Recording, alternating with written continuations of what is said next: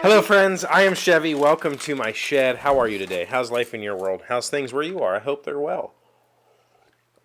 I hope you had a good weekend. I had a surprisingly pretty great weekend. Friday was my birthday, of course. I told you that. I had a pretty good birthday with my daughters came over and we had Chinese food, and then I got to hang out with my girlfriend all day, and then Saturday was her birthday. So she celebrated with her brother in the morning and then came back here and we went and bought wood. I got to go buy wood, which means that I do believe some project videos will be incoming very, very soon. There is some uh, there's some stuff in the way of me getting to doing some bigger projects, but essentially she designed a three-piece bedroom set that's they're kind of a modular design so that I can build them in pieces and it all kind of fits together into one kind of gigantically long dresser desk combination system with some like a vanity and some shelving on top of all of that. Her design, and I really liked it, and so I sat down and modeled it in Fusion, which I will probably show you a bit of that process when I get around to recording the project.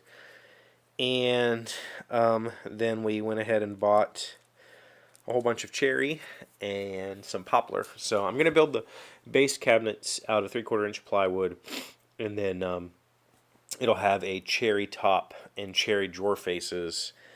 And so the base cabinets will be painted. The drawer faces and the top will all be natural wood showing. So that should start, I want to say relatively soonish, but there's a few things in the way. Number one, I'm making these guys for my friend Scott, and he wants these to be smooth. So I have to do a lot of sanding, a lot of priming, a lot of filling on these to get them to that point. In fact, this one actually has a plug that I had to make out of paper towels and a body filler. But so these have to get sanded and sanded and sanded. So I'm making sanding sticks right now, which you can buy these commercially. They're not ridiculously expensive. In fact, it's probably cheaper to actually buy pre-made sanding sticks. But what I buy is these little skinny sticks I think these came from Walmart. You get 75 sticks in here. I think it's about $2 for that pack, and then a sheet of 220 sandpaper with some spray adhesive on the back, and I can make my own sanding sticks. The thing is, when you buy these, you get a pack of like 50 or 25 or something, and they're in all different grits. Well, I very, very rarely need all different grits. Usually, when I'm to the point of using a sanding stick on something fine detail like this, I'm doing finish sanding, and I only want to use 220. I don't really want to use anything else. I don't need 80 grit at that point. I'm not doing wood shaping. I'm doing wood finishing. So just a finer grit is all I need. So 220 is my jam when it comes to doing finishing work, and yeah, that's what I'm sticking down here. That being said, I made these guys this weekend. They're characters from board games that either do or don't exist. These need quite a bit of work, but I got to use my strip sander, and I think we did an unboxing on this guy a while back. This is the Win strip sander. I think it's like $60 or so on Amazon, and it is also my new favorite tool in the shop. The ability, the reason I bought it was to make these. I made a couple of these a while ago that were going to be pen holders. So there was a hole, and they would hold a pen, a little smaller than this.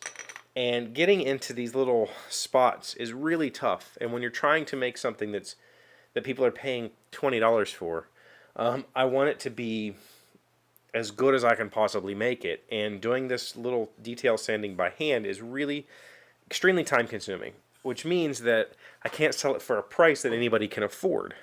So I bought that sander because I wanted to be able to sand those guys quickly, efficiently, and uniformly.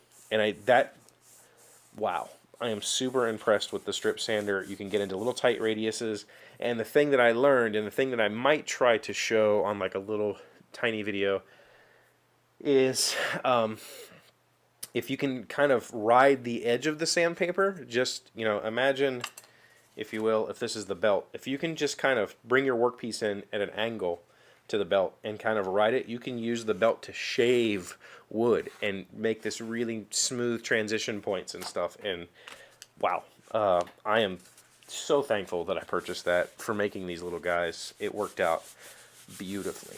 So I have a whole lot of sanding to do this week. These are due this weekend. As per usual, I overbook myself. I tell people, yes, I will do things for you. And then I end up kind of panicking at the last minute to try to get things done. I've always been that way, and it really frustrates me. But hopefully I'll get them done, and they'll be presentable, and he'll appreciate them.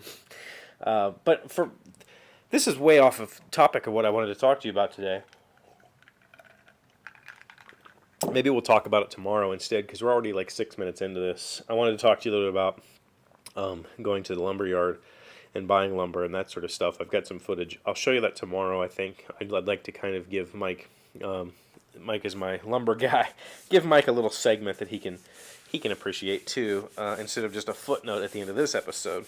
But the point I'm getting at here is I have a whole lot of work to do to shape these guys this week. I literally just like doused these with spray primer. I mean, like to the point that it was running off of them. There's like, it was just globbing up and running because I really wanted to fill this grain as much as possible.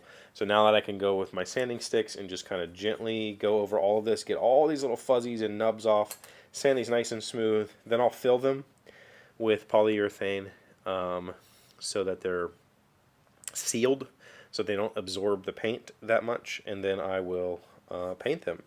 And hopefully, in the end, Scott will say, yes, I will use those, and he won't just throw them away. I hope that doesn't happen. But audio seemed okay on Friday, cracked a few times, which means I'm peaking a little bit. So today, I turned the hardware gain down, and assuming it's not cracking, I will boost the audio in my software once it's through here. I think I can pull that off without it sounding terrible, so we'll see. That's all I got for you today. So thank you for being here as always. Thank you for liking, commenting, subscribing, being amazing friends, being wonderful people. His random fact comes from ASCAR Online. I'll see you tomorrow. How long do crows live in the wild?